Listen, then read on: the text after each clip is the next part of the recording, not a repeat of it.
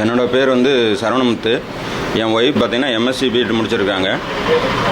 பக்கத்து வீட்டில் வந்து கார்த்திகேயன் பிரேமலாதான்னு சொல்லிட்டு 2 பேர் வந்து கவர்மெண்ட் வேலை பிஎட்டில் முடிச்சிருக்காங்கல்ல, அதனால் கவர்மெண்ட் வேலை பள்ளிக்கல்வித்துறையில் வாங்கி தரேன்னு சொல்லிட்டு அமௌண்ட் கொடுத்தா நான் வாங்கி தர்றேன் அப்படின்னு சொல்லிட்டு என் வீட்டுக்கு வந்து 2 பேர்த்திட்டையும் பிரேஸ் பண்ணி என்கிட்டருந்து வந்து 9 லட்ச ரூபா பணம் வாங்கிட்டாங்க.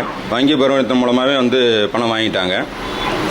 ரெண்டாவது வந்து பணம் கொடுத்ததுக்கப்புறம் வந்து நம்ம போய் ஒரு 6 மாதம் 7 மாதத்துக்கு அப்புறம் நம்ம போய் கேட்டோம் அப்படின்னா வந்து முன்னுக்கு பண்ணால் பதில் சொல்லிவிட்டு நான் இது மாதிரி வந்து உங்களுக்கு 1 வருஷத்தில் தர்றேன் 1.5 வருஷத்தில் தர்றேன்னு சொல்லிட்டு பதில் சொல்லிவிட்டு அலக்கச்சிக்கிட்டே இருந்து கிட்டத்தட்ட 1 வருஷத்துக்கு மேலே ஆயிடுச்சு. ஒரு நடவடிக்கையும் எடுக்க முடியல. இது மாதிரி அதனால் வந்து நாங்கள் கொண்டு டிசிபியில் கொண்டு போய் கம்ப்ளைண்ட் கொடுத்தேன். டிசிபியில் கம்ப்ளைண்ட் கொடுத்ததுக்கு வந்து இது மாதிரி வந்து நடவடிக்கை கூடிய விரைவில் நடவடிக்கை எடுக்கிறோம்னு சொல்லியிருக்காங்க. என் பேர் பாலசுப்ரமணியங்க. நான் வந்து சின்ன கிளையம்புத்தூர் இருக்கிறேன். எனக்கு 2 பையனுங்க. பெரியவன் பேர் சூரிய பிரகாஷ். அவன் வந்து கவர்மெண்ட் பிஏ இங்கிலீஷ் முடிச்சுட்டு கவர்மெண்ட் வேலைக்கு படிச்சுட்டு இருந்தேன்.